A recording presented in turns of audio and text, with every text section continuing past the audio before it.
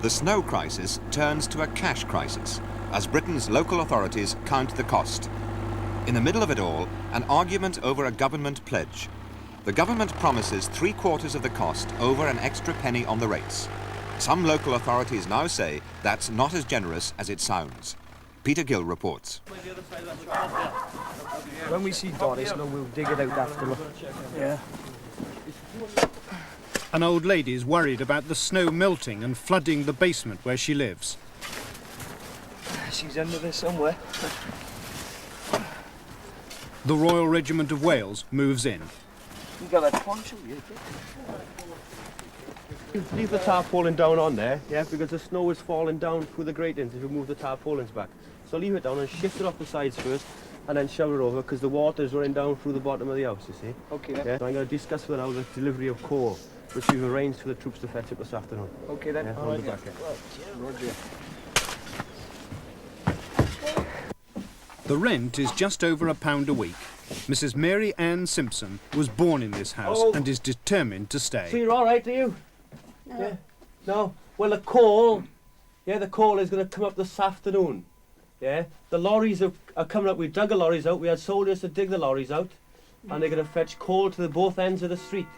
And they're going to fetch it in for you. Yeah? Sometime today. And I'll be back to check after to make sure it's arrived. If it hasn't, I'll send blokes down, soldiers down, to fetch the coal up for you and put her in your coal house.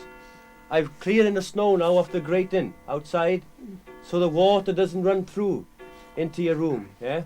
And I'm going to clear the back so next door can come through easier, yeah?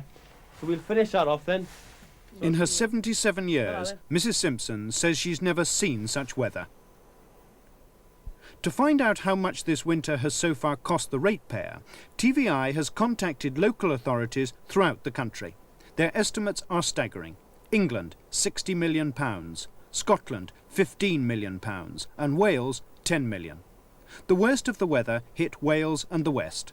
To discover the real cost of the winter, we went to the Welsh valleys, to the county of Mid-Glamorgan.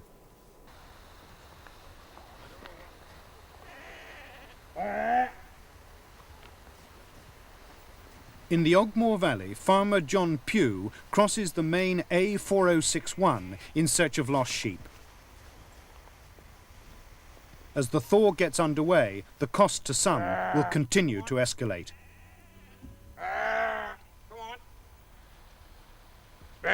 Come on. 500 of his 1,500 sheep are unaccounted for. Come on. In a desolate landscape, the only moderately bright spot is that the government will be endorsing a claim to the common market for emergency assistance. Drainage runs to gullies. Mid-Glamorgan's Emergency Control Centre at Bridgend. Senior officials are coping with an all-enveloping and costly crisis. The county clerk is Hugh Thomas. Can I say straight away that my advice from the financial officer all along in Mid-Glamorgan is the objective is to get the community living again as normally and as quickly as possible. And in fairness to the Treasurer, he has said we will sort out the financial problem later. The importance is to get community life back to as a degree of normality as quickly as possible. It was the local authorities' task to get things unfrozen. But had their capacity to respond been made more difficult by government cuts? Rhondda's chief executive, Gwyn Evans.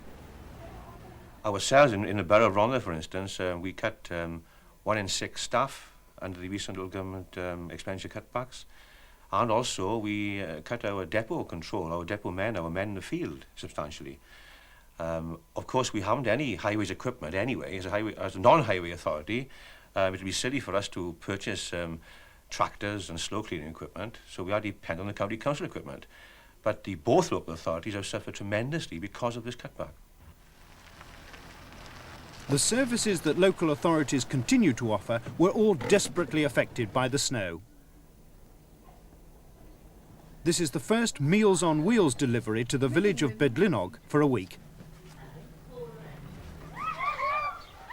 In the towns, school was out, an extra 10 days on the Christmas holiday. Fine for some, hard work for others. More than 100 schools need repairs. Ambulance men worked overtime just to reach the sick and the injured.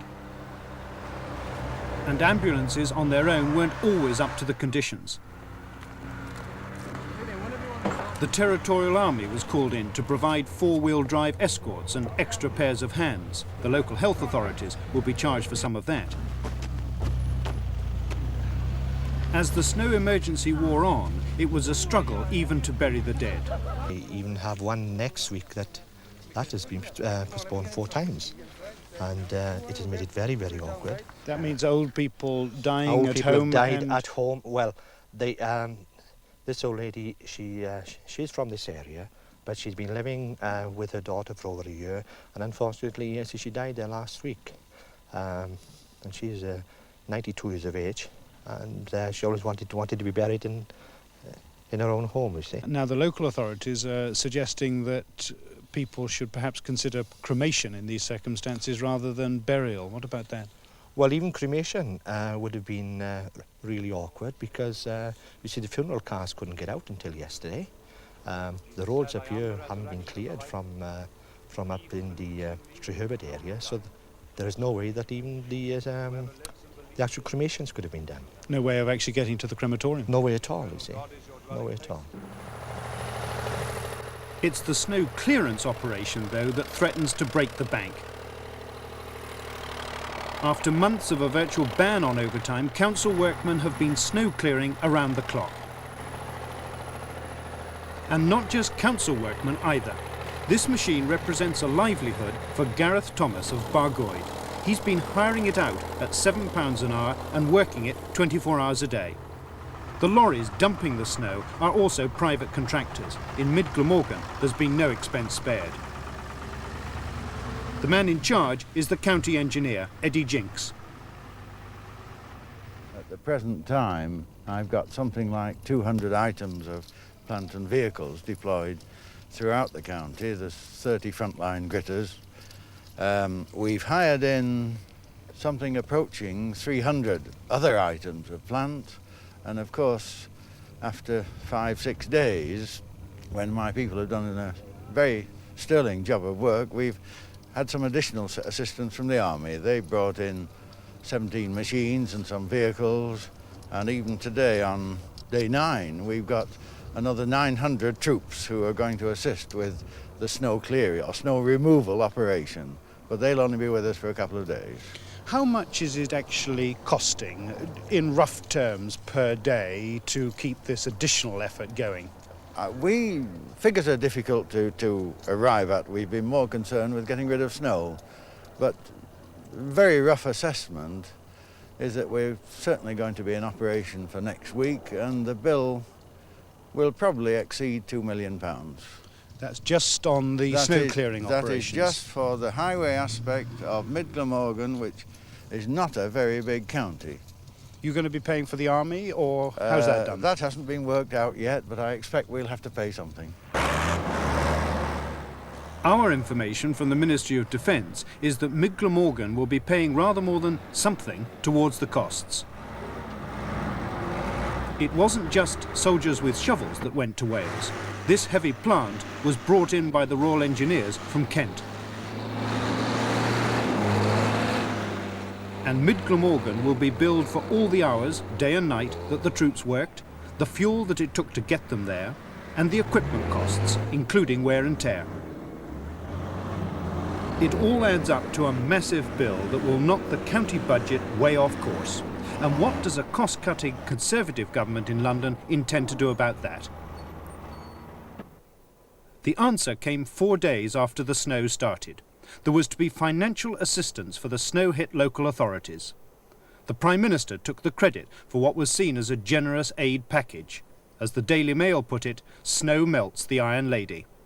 But the small print of the offer looks like fueling a bitter row between the government and local authorities. In TVI's countrywide survey, Humberside said of the government's offer, "It's not much more than a cosmetic. Tory Lincolnshire told us, It's too complex and nonsense. They didn't think they'd even bother to claim. And Durham said, The last time we spent £3 million and got back 47,000. But the anxiety is greatest where the weather was bitterest, in Wales. Mid-Glamorgan's treasurer, Ray Lacey. What the government has said it will do is meet 75% of the cost of the emergency over and above the product of a penny rate. Now, where local authorities are extremely unhappy is that the calculation of the product of a penny rate is not the normal calculation. It's not the amount that will be produced by charging every ratepayer a penny in the pound. It's a theoretical calculation which assumes that local authorities will receive the normal block grant on top of what they collect from the ratepayers. Now, if all local authorities in Wales were already underspending against government expenditure targets for the year, then it is perfectly true spending money on snow clearance and all the other problems of the emergency would result in extra grant being available. But that's not the position. We are already spending up to the hilt, and our difficulty is ensuring we do not overspend. Consequently, there is no more grant to be pulled in by this extra expenditure. There are no beans left in the bag, so there are none to take out. Heart of the argument, how much of this 1.5 million will the ratepayers have to pay?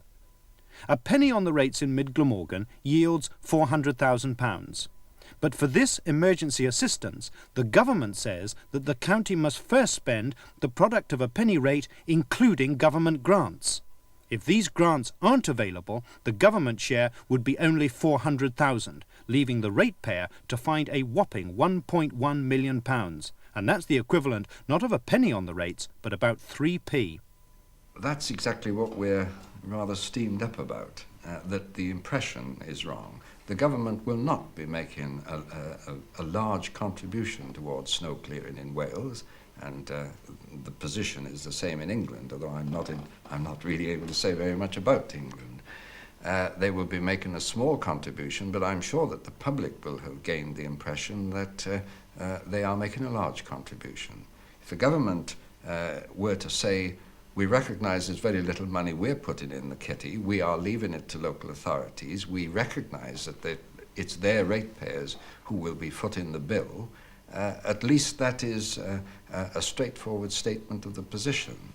But I am in no doubt whatsoever that ratepayers will have formed the impression that the bill isn't going to be so bad because the government is stepping in and will pick up the large part of it. As the thaw spreads through the valleys, the winter bills keep coming in. The fire brigade has had 400 calls in a week. The frost and the snow has got into the chimney, and of course at 8:30 this morning the whole thing collapsed onto next door's roof, went right through into their attic and so forth, and of course I was afraid that the thing would slide down the roof and into the road. So I promptly rang up the fire brigade and asked them to come, and they have come, of course. But what the cost is going to be, one doesn't know. The Department of the Environment has overall responsibility for the emergency assistance. For Wales and for the valleys of Mid-Glamorgan, the formula will be administered by the Welsh office. The Welsh Secretary is Nicholas Edwards. I put to him Mid-Glamorgan's complaint that they are being hard done by because of government calculations on the penny rate. The position, you see, is quite simple. The penny rate grant, inclusive of the grant that comes from central government, is about £950,000 in Glamorgan. Now, if the special expenditure arising solely as a result of this emergency goes above £950,000, then the government is going to pay 75% of those additional costs. Yes. But of course that £950,000, a large chunk of it is already paid for by central government because of the rate support grant system. That £950,000 is the trigger point for the special assistance we're talking about and that we've announced. But the counties say that they are right up against their government targets as it is, and therefore they're not going to be able to attract the grant element in that 950,000. Well, I don't believe that that is so, and I think they've got no means of arriving at that conclusion at the present time, and we don't have individual targets for Welsh local authorities, and so we take the overall expenditure for the whole of Wales, which gives us a good deal of flexibility under the Welsh system. I've already made it clear, and I again use the words that I used in the House of Commons yesterday, that expenditure accepted for grant on weather emergencies will be left out of account in judging the performance of local authorities in Wales against our current expenditure targets. We are making every possible provision to see that the local authorities are treated fairly in this way. Local ratepayers will have to contribute, yes, to this emergency, but there's More going to than be 1p? More than a penny on the rates? Well, they're not going to actually have to contribute more than 1p, because when you go, well, yes, they are, because over the top, they're going to have to contribute 25% of the additional expenditure. So what we're doing, as in previous emergencies, is sharing the costs between central government and the ratepayers, with central government actually paying a very major part of it. The bricks and mortar of this argument. Council flats in the Rumney Valley, built 1,000 feet up on a Welsh hillside. They're the responsibility and the current headache of the local district council. When the freeze came, their entire water system seized up and 23 families had to be evacuated. Then the thaw started, the pipes burst, the flats flooded.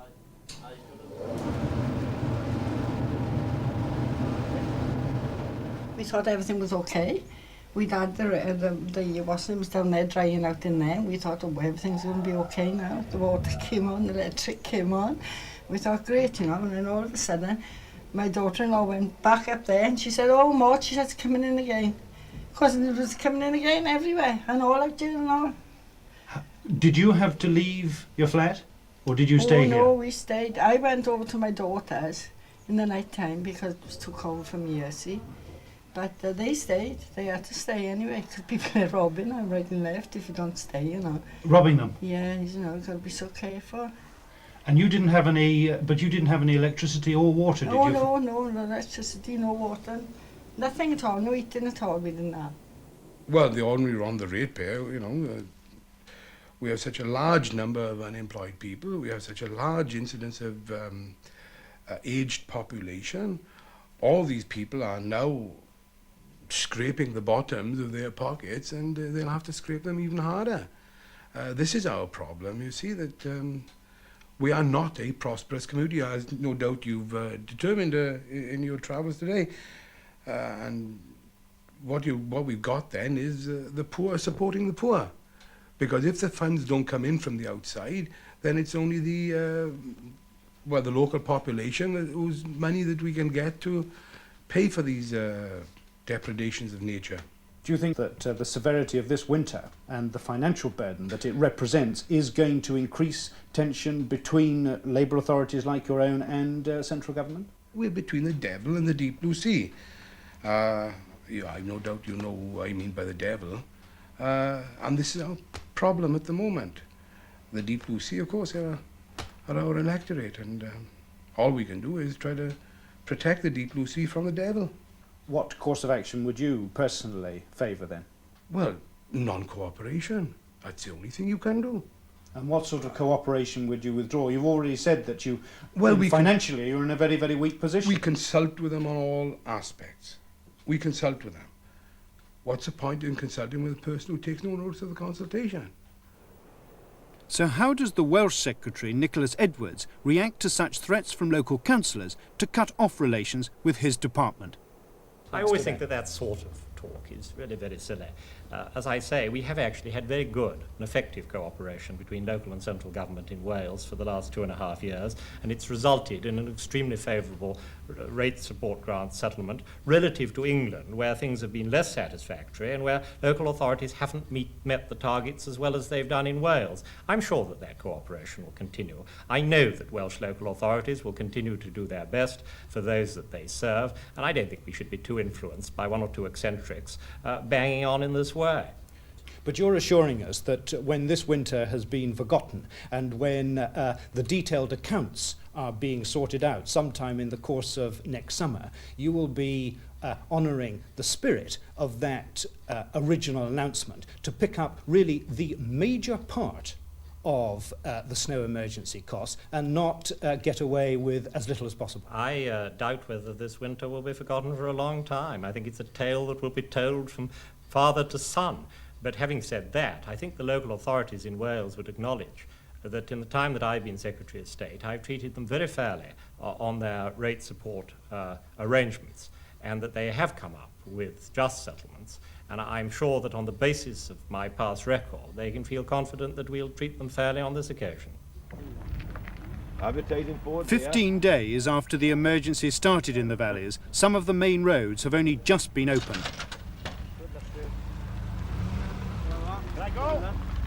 The opening of the A4061 at last gives John Pugh proper access to his hill farm.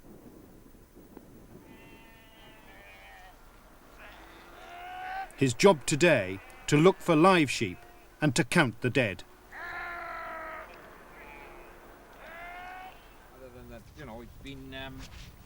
Every dead sheep, a financial loss. The foxes have started pulling it in. The council tractor driver tells us that he dug 22 out from here to the top of the hill and tipped them over the side. It's just unfortunate.